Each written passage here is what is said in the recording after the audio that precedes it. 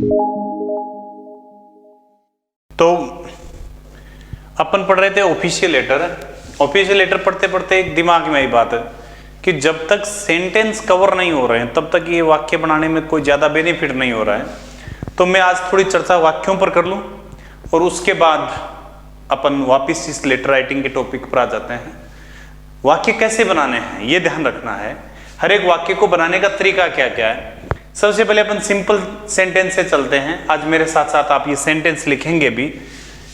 मैं इसका कोई अलग से नोट्स नहीं भेजूंगा, आपको इस बोर्ड से ही लेना पड़ेगा और ले लेते हैं। नंबर 1 लेते हैं। चलो,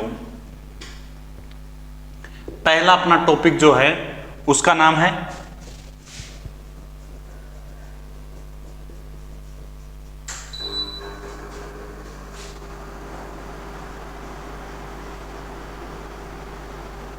सेंटेंस पैटर्न। वाक्य बनाने के सूत्र क्या क्या हैं, कौन कौन से वाक्य पढ़ने हैं अपन को, ये सारी सारी चीजें आ जाएंगी अपने। पहला सबसे पहला वाक्य है उसको पढ़ते आ रहे हैं आप। मैं नंबर 1 पर लिखूं सबसे पहले वाक्य में ये लिख दूं, हिंदी वाक्यों के अंत में, हिंदी वाक्यों के अंत में ता है, ती है, ते है, ता हूं होने पर। आपके हिंदी वाक्यों में ये नाम आ जाए, ता है, ती है, ते है, ता हूं, ये शब्द होने पर आपको क्या करना है। अगर आपका सब्जेक्ट जो है सिंगुलर है या प्लूरल है, आपका अगर सब्जेक्ट सिंगुलर है तो आपको वर्ब की फर्स्ट फॉर्म के साथ एस या ईएस जोड़ना है। आपका सब्जेक्ट प्लूरल है, प्लूरल होने पर आपको केवल वर्ब का फर्स्ट फॉर्म लिखना है। सेंटेंस का पैटर्न क्या बनेगा, सेंटेंस का पैटर्न ये बनेगा, आपको ये इतनी बातें लिखते चलना है। पैटर्न ये बनेगा, आपको सबसे पहले सब्जेक्ट लिखना है। सब्जेक्ट लिखने के बाद वर्ब की फर्स्ट फॉर्म या वर्ब की फर्स्ट फॉर्म के साथ एस या ईएस, और उसके बाद आपको ऑब्जेक्ट लिखना है। ये आपके सेंटेंस बनाने का पैटर्न तैयार हो जाएगा। अब आप हिंदी का कोई भी वाक्य जिसमें ता है, ती है, ते है ये शब्द हो, इसका मतलब इससे रिलेटेड क्रिया आएगी, ऐसी क्रिया के सेंटेंस आपको कैसे बनाने ये देख रहे हैं। भिन्न भिन्न प्रकार के पैटर्न पढ़ेंगे। इसमें सबसे पहला पैटर्न शुरू कर रहा हूं, सिंपल सा पैटर्न है आपका। ये सड़क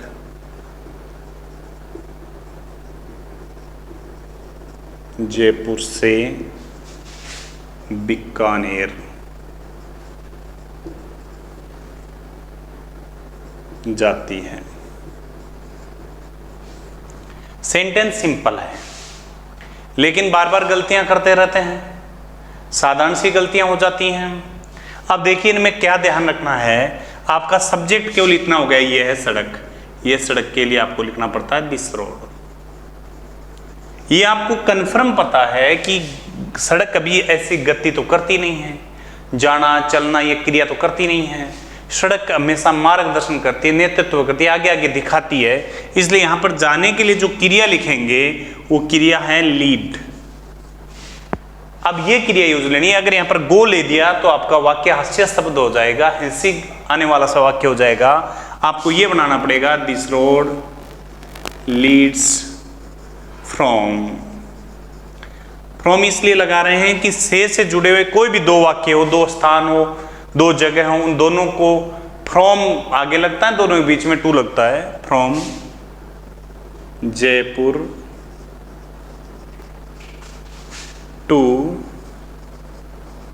बीकानेर। सिंपल सेंटेंस था, आसानी से बना सकते हो। पहले कर्ता ले लिया दिस रोड, लास्ट में आ गए जाती है। जाने की क्रिया कभी सड़क करती नहीं है, इसलिए आपने लीड शब्द का लीड्स कर दिया। अब जयपुर से बीकानेर, ये एक ही शब्द है। जयपुर से बीकानेर को लिखने के लिए फ्रॉम जयपुर टू बीकानेर। कोई कह दे जयपुर से बीकानेर की इंग्लिश क्या है, तो उस इंग्लिश के लिए आपको लिखना पड़ता है फ्रॉम जयपुर टू बीकानेर। साधारण सेंटेंस है, समझ रहे हो। चलो इसी पैटर्न पर अपन दूसरा सेंटेंस तैयार करते हैं। देखें आपको आता है क्या? भगवान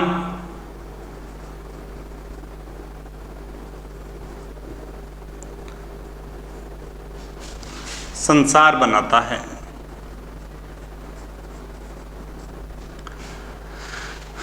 सेंटेंस आसान है, लेकिन सेंटेंस के अंदर जो चीज छुपी हुई है थोड़ी अलग प्रकार की है। सेंटेंस में दे रखा है भगवान, भगवान के लिए आपने लिख दिया गॉड। कई बच्चे गलती कर बैठते हैं, गॉड शब्द है, इसके कभी आर्टिकल नहीं लगता, ना तो कभी ए गॉड होगा न द गॉड होगा। क्यों नहीं होगा? क्योंकि ये एक नाउन है, संज्ञा है ऐसी जिसके आपको कोई आर्टिकल नहीं लगाना। अगर आर्टिकल लगा दिया तो ये शब्द आपका गलत हो जाएगा। अब मैं कह रहा था कर्ता लेने के बाद ठीक पीछे पीछे आ जाइए। पीछे पीछे आपको ये मिल रहा है बनाता है। बनाता है शब्द आपको दिखाई दे रहा है, इसके लिए आपको साधारण सा यूज होता है। बनाने यहाँ पर मैक का यूज नहीं होता। जैसे आप कोई चित्रकार, कोई फोटोग्राफर आपकी चित्रकारी बनाता है, इसी प्रकार भगवान भी इंसान का सृजन करता है, भगवान के भिन्न भिन्न प्रकार के चेहरों का निर्माण करता है। इसलिए आपकी ये क्रिया होती है पोज। पोज मीन्स निर्माण करना, बनाना। यहाँ पर पोज शब्द लिखेंगे, गॉड पोजेज। आप संसार शब्द से पहले आर्टिकल द आता है, पोजेज द वर्ल्ड। कोई दिक्कत वाली बात नहीं है, साधारण साधारण सेंटेंस हैं।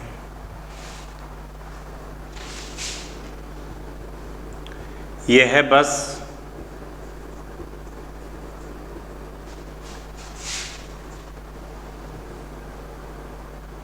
सीकर से चूरू चलती है। कई कई क्रियाएं ऐसी होती हैं, यानी कौन सा पात्र कैसी क्रिया कर सकता है। हिंदी में इतना ही है, हिंदी की वैज्ञानिकता है कुछ अलग प्रकार की है, इंग्लिश की साइंटिफिकेशन अलग प्रकार का है। ये ध्यान रखें तो बहुत अच्छा है। अब क्रिया कौन कर रही है? बस। बस तो निर्जीव चीज है भाई खुद। इसका मतलब ये चीज क्रिया करती नहीं है, कोई चीज इससे क्रिया करवाता है। इसलिए ऐसी क्रिया नहीं होगी जो इंसान कर सकता है। जैसे चलना की क्रिया गो है, इसमें तो सजीव प्राणी कर सकता है ये क्रिया।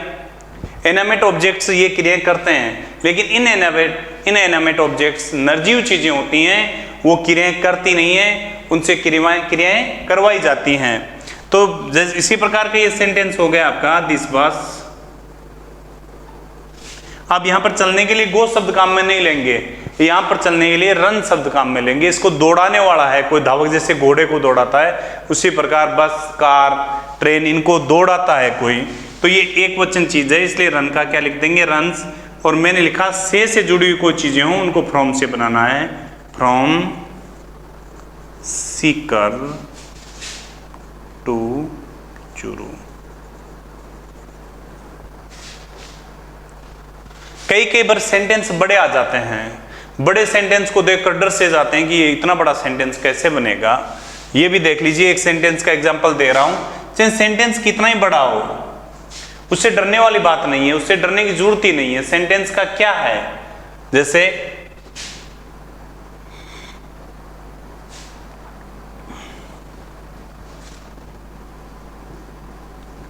गर्मियों में गर्मी, सर्दियों में सर्दी,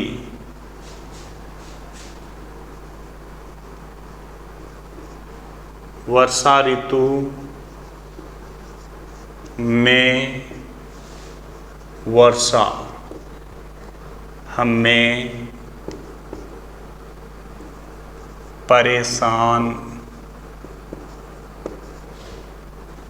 करती है। कोई दिक्कत वाली बात नहीं है। आपको तो ये देखना है कि अपना सेंटेंस पैटर्न क्या लगेगा। इसमें ता है, तीये के हिसाब से आपको देखना है। अब ये तो साधारण सी चीजें हैं, ये सारे के सारे सिंपल शब्द हैं, नहीं कि सेंटेंस हैं। गर्मियों में गर्मी, सर्दियों में सर्दी, वर्षा ऋतु में वर्षा, जो चीजें जिस ऋतु की वही तो बता रहा है। तो गर्मियों में गर्मी, तो आप लिखेंगे हीट, हीट इन समर। कोई दिक्कत नहीं है, गर्मियों में गर्मी, हीट इन समर। सर्दियों में सर्दी, सर्दी को क्या कहते हैं? Cold in winter.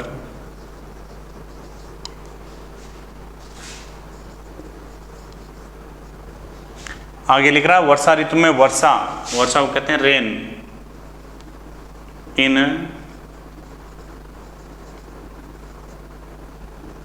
Rainy season.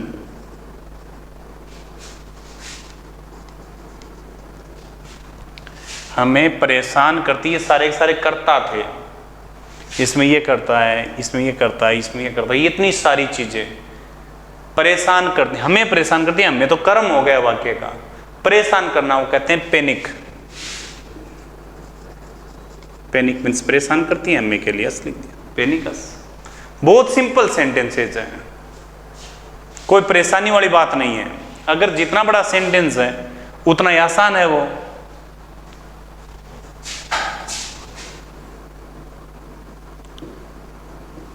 मेरे पिताजी ने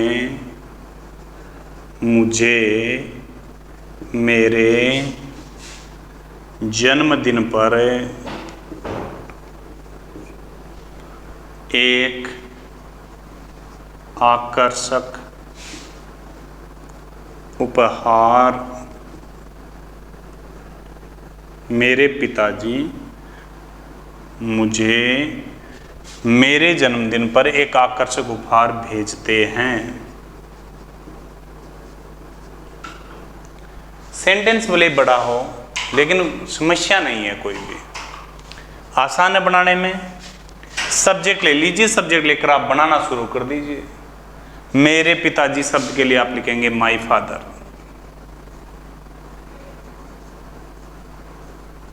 अब आप बता रखा है वाक्य के अंत में चले जाइए। वाक्य के अंत में दे रखा है भेजते हैं। भेजना की क्रिया होती है सेंड, और माई फादर एक वचन है तो सेंड का क्या कर दिया? सेंड्स। अब ये उपहार नाम अकेला नहीं है, एक आकर्षक उपहार, एक है आकर्षक उपहार, ये पूरी चीज है। अगर उपहार की इंग्लिश लिख दी तो एक आकर्षक, ये विशेषण किसके लगा है? फिर ये विशेषण युक्त वाक्य शब्द है, संज्ञा है, तो एक आकर्षक उपहार के लिए आपने लिख दिया एन अट्रैक्टिव गिफ्ट। पर के लिए लिखना है ऑन मेरे जन्मदिन, ऑन माई बर्थडे। ये मुझे शब्द है डायरेक्ट ऑब्जेक्ट और इनडायरेक्ट ऑब्जेक्ट दो प्रकार के होते हैं। ये डायरेक्ट ऑब्जेक्ट के रूप में काम में लें तो आप यहां पर ऑन माई बर्थडे से पहले ले लेते तो कुछ नहीं लगाना है। अगर लास्ट में लगा रहे हो तो आपको टू के साथ जोड़ के लिखना है टू मी, मुझे भेजते। बहुत सिंपल सेंटेंसेज होते हैं। आ रहे हैं बेटा समझ में?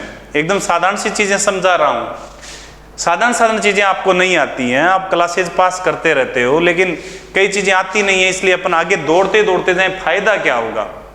वही रटने का काम।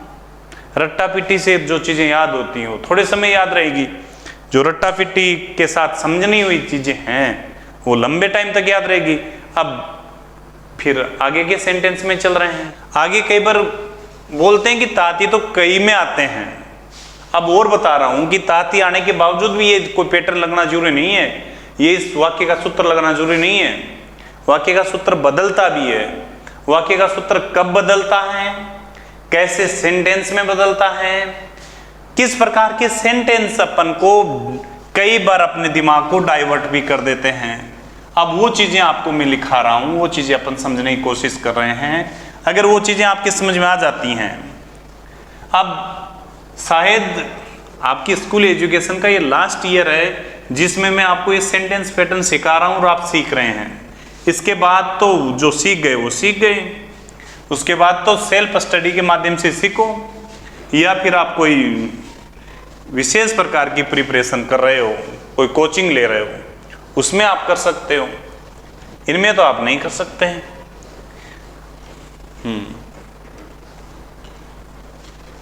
देखिए आप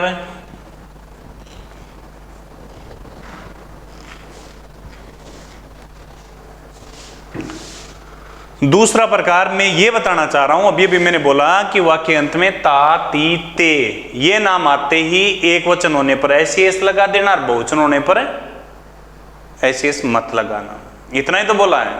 इसी पैटर्न से सेंटेंस बनाए हैं। अब एस लगाने के तो नियम आपको आ रहे होंगे, एस कहां पर लगता है, ईएस कहां पर लगता है, एक बार बोलकर बता दूं कहां पर लगता है। कोई भी संज्ञा है उसके अंत में स्वर आता है तो ईएस ही जुड़ता है, जैसे गो आ गया, ये क्रिया है, इसके अंत में ओ का क्या लगाएंगे, ईएस लगाएंगे। लेकिन कई क्रियाएं ऐसी भी होती हैं जिनमें स्वर आने के बाद भी क्या लगता है, केवल ऐसे लगता है, उनमें प्रॉपरली क्या होता है कि ई अंत में दिया होता है, जैसे मैक है, MAKE, ई तो दे ही रखा है, आपको केवल क्या जोड़ना है, एस। अब वाई का नियम आपको याद होगा, ऐसी क्रियाएं जिनके अंत में वाई हो, वाई से पहले व्यंजन है तो वाई को तो हटा दीजिए और वाई की जगह क्या लगा दीजिए, आई लगा दीजिए, स्वर हो गया, फिर ईएस लगा दीजिए। वाई का मतलब भी छोटी ही होता है और आई का मतलब भी छोटी ही होता है, कोई ज्यादा परिवर्तन नहीं होता है। प्रोनाउंसिएशन के हिसाब से तो कोई, जैसे क्राई, CRY, क्राई, मतलब यहां पर वाई का ई बन रहा है, मैं इसके एस जोड़ते समय इस वाई को हटाकर आई करूंगा बस, ये भी क्राई है, कोई अंतर नहीं हुआ है। एस जोड़ते समय क्राई का क्या कर देंगे, क्राइज। अब स्वर आ गया तो आपको क्या जोड़ना है, केवल ईएस ही जोड़ना है। अगर व्यंजन आ गया, नहीं यहां पर स्वर आ गया तो आपको क्या जोड़ना है, केवल एस जोड़ना है, PLAY। वाई से पहले स्वर आ रहा है तो आपको वाई नहीं हटाना है, वाई के साथ ही आपको क्या लगाना है, एस। पहले का क्या हो गया, प्लेज। सिंपल सिंपल चीजें हैं, ये याद रखनी है। ये एस की नियम आप बहुत ज्यादा पढ़ चुके हो पिछली क्लासेज में, अगर फिर भी नहीं आ रहा है तो आप पीछे का स्टडी कर लीजिए थोड़ा सा, ताकि आपकी ये ग्रामर संबंधी जो मिस्टेक्स हैं वो कवर हो जाएं। तो अब देखो, मैं आगे का जो दूसरा प्रकार का जो सेंटेंस है उसमें चल रहा हूं। जैसे हिंदी के कोई भी वाक्य हैं उनमें नाम आ जाए रखता है, रखती है, रखते हैं, पास में है, ये नाम आ जाए, इन सेंटेंस को कैसे बनाएं। इनमें ऐसे नाम जो आएंगे उनमें क्या नहीं होगी, क्रिया नहीं होगी। इनमें क्या नहीं होगी, क्रिया नहीं होगी।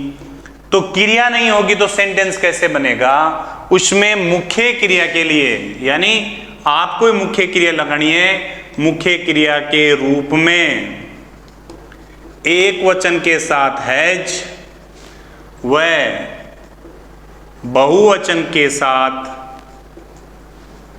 हैव का प्रयोग करना है। ये अपनी साधारण सी चीज सीख रहे हैं अपन। क्या लिखा है मैंने, रखता है, रखती है, रखते हैं, पास में है, ये चीजें आ गई। उन वाक्यों में क्या नहीं होगी, क्रिया नहीं होगी। मैंने लिखा है क्रिया नहीं होगी तो मुख्य क्रिया के रूप में क्या करना है, मुख्य क्रिया के रूप में एक वचन के साथ हैज और बहुवचन के साथ हैव का मुख्य क्रिया के रूप में प्रयोग करना है। क्या बनेगा पैटर्न, इस प्रकार के सेंटेंस का क्या पैटर्न तैयार होगा अपने हिसाब से। सबसे पहले आपको क्या लिखना पड़ेगा, सब्जेक्ट, सब्जेक्ट के बाद में मुख्य क्रिया के रूप में हैज या हैव, उसके बाद में आपको डायरेक्ट ऑब्जेक्ट लिखना पड़ता है। साधारण सी चीजें हैं। सबसे पहले सब्जेक्ट लिखना है, एक वचन करता है तो हैज लगाना है, और बहुवचन करता है तो क्या लगाना है, हैव लगाना है, और उसके बाद में आपको क्या लिखना है, ऑब्जेक्ट लिखना है। जैसे मैं ये कह दूं मेरे पास एक पेन है, मेरे पास एक पेन है, ये साधारण सा बोल रहा हूं, मेरे पास एक पेन है, तो अब पास में है नाम आ जाए, होता है नाम आ जाए, रखता है नाम आ जाए। इस वाक्य में ये भी कह दूं मैं एक पेन रखता हूं, सेम ही सेंटेंस है। आपको मेरे के लिए आपको लिखना पड़ेगा आई के लिए आई बहुवचन में काम में लेते हैं, have a pen, I have a pen. गाय के 2 सींग होते हैं। सेंटेंस तो इजी है। अब कई बार ऐसे सेंटेंस आते नहीं है, घर वाले बोलते हैं बच्चा 12th में हो गया, सिंपल सेंटेंस नहीं बना रहा। क्या पता बच्चे ने मेहनत कब नहीं की। गाय के लिए आपने लिख दिया केमल, होते हैं, रखते हैं, पास में है, क्या लगाना है, एक वचन होने पर हैज, बहुवचन होने पर क्या लगाना है, हैव। तो आपको क्या लिखना है, केमल हैज 2, अरे काऊ के लिए लिख रहे हो बेटा, गाय के लिए आपको लिखना काऊ हैज 2 हॉर्न्स, गाय के 2 सींग होते हैं। साधारण सा वाक्य है। मैं एक पॉकेट शब्दकोश रखता हूं, रखता हूं पास में वो एक ही बात होती है। मैं के लिए आपने लिख दिया आई हैव ए पॉकेट डिक्शनरी, कोई दिक्कत नहीं है, इतने सिंपल सेंटेंसेज हैं, एक बार अगर ढंग से समझ लो तो पूरे सेंटेंस बना सकते हो। केवल याद रखना है पैटर्न क्या लग रहा है, होते हैं, पास में है, रखता हूं, जो भी सेंटेंस है बनाओ ना, कहां समस्या है। तीसरा और बता रहा हूं, इसमें भी ताती आ रहा था, देखो हर एक में ताती आने के बावजूद भी वर्ब की फर्स्ट फॉर्म के साथ ऐसे यस वाला नियम नहीं लग रहा है, क्योंकि वर्ब है ही नहीं। जब वर्ब ही नहीं है तो कहां से लगाओगे भैया यस। कई बार ऐसे सेंटेंस आते हैं जो अपन को बाध्यता प्रकट करवाते हैं, बाध्यता दिखाते हैं। उन बाध्यता दिखाने वाले सेंटेंसेज में आपको क्या करना है, जैसे आपके कई सेंटेंसेज ऐसे आते हैं जिनके अंत में क्या दिया होता है, पढ़ता है, पढ़ती है, पढ़ते हैं, पढ़ता हूं आदि होने पर आपको एक वचन सब्जेक्ट है उसके साथ तो क्या लगाना है, हैज टू लगाना है। बहुवचन के साथ आपको क्या लगाना है, हैव टू लगाना है, और आपको वर्ब की फर्स्ट फॉर्म का यूज करना है। Very easy, very simple. कहां समस्या आ जाती है, बाध्यताकारी सेंटेंस हैं, ऐसे कार्य जो बिना इच्छा के करने पड़ते हैं भाई, उन सब में ये चीजें हैं। जैसे मुझे हमेशा पैदल विद्यालय आना पड़ता है, मुझे हमेशा पैदल विद्यालय आना पड़ता है। साधारण सेंटेंस है, पढ़ता पढ़ता के लिए नियम बताया मैंने, ये नियम लागू करो, आपका सेंटेंस सही हो जाएगा। मुझे के लिए आपने क्या लिख दिया, आई के साथ पढ़ता है, पढ़ती दिखाई देते ही हैव टू लगा दीजिए। एक बात याद रखो, आपकी क्रिया से पहले टू नाम दिखाई दे दिया, हमेशा वर्ब की फर्स्ट फॉर्म आएगी। क्रिया से पहले टू दिखाई दे दिया, हमेशा वर्ब की फर्स्ट फॉर्म आएगी। अब यहां पर आना है क्रिया, आना वो क्या कहते हैं, कम कहते हैं, कम की first form come, I have to come to school,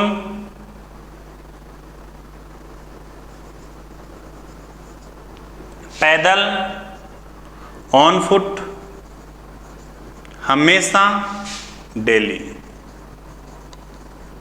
I have to come to school on foot daily, साधारण सा सेंटेंस है। हाँ, बच्चों को सुबह जल्दी उठना पड़ता है। बच्चों को सुबह जल्दी उठना पड़ता है। अरे कोई एक चीज समझ लिया, दूसरी चीज को एकदम इजीली बना सकते हो। कहां समस्या है? आपके लिए, बच्चों के लिए क्या लिखेंगे? चिल्ड्रेन। बहुवचन है भाई, पढ़ता है के लिए आपने लिख दिया हैव टू। उठना को कहते हैं गेट अप, जल्दी वो कहते हैं अर्ली, सुबह वो कहते हैं इन द मॉर्निंग। सुबह को इन द मॉर्निंग, शाम को इन द इवनिंग, दोपहर को in the afternoon. In the शब्द लगाना है, इन द मॉर्निंग। कहां दिक्कत आ गई? क्या प्रॉब्लम हो गया भाई? कौन सा पहाड़ तोड़ दिया? कितना सिंपल सेंटेंस है। Children have to get up early in the morning. थोड़ा सा तो प्रयत्न तो करके देखो। अब एक सेंटेंस और बनाऊं। मेरे पिताजी को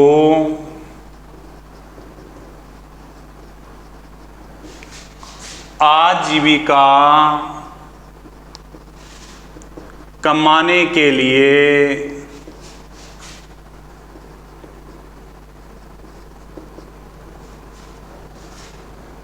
बाहर रहना पड़ता है। ऐसे कई सेंटेंस आते हैं जो नॉर्मल स्पोकन इंग्लिश में भी काम में लेते हैं। कई बार बोलते भी इस बच्चे को कुछ नहीं बोलना आता, नॉर्मल स्पोकन बहुत वीक है। अरे क्या है इस सेंटेंस में? देखिए, मेरे पिताजी सब्जेक्ट हो गया माय फादर। माय फादर क्या है? एक वचन है कि बहुवचन है? एक वचन है। एक वचन के लिए पढ़ता शब्द आया तो हैज टू, बहुवचन के लिए पढ़ता शब्द आया तो हैव टू। तो आपने क्या लगा दिया? Has to. अब रहना की क्रिया लिख दी, टू के बाद तो फर्स्ट फॉर्म आनी है, अपने लिख दिया लीव। बाहर को कहते हैं अब्रॉड, के लिए को कहते हैं फॉर। आजीविका कमाना, earning livelihood. My father has to live abroad for earning livelihood. आजीविका कमाने के लिए पिताजी को बाहर रहना पड़ता है। सिंपल सिंपल सेंटेंसेज हैं। इन सिंपल सिंपल सेंटेंसेज को अगर आप ढंग से बनाना शुरू कर दें, ढंग से समझना शुरू कर दें, तो शायद बहुत आसान हो जाता है।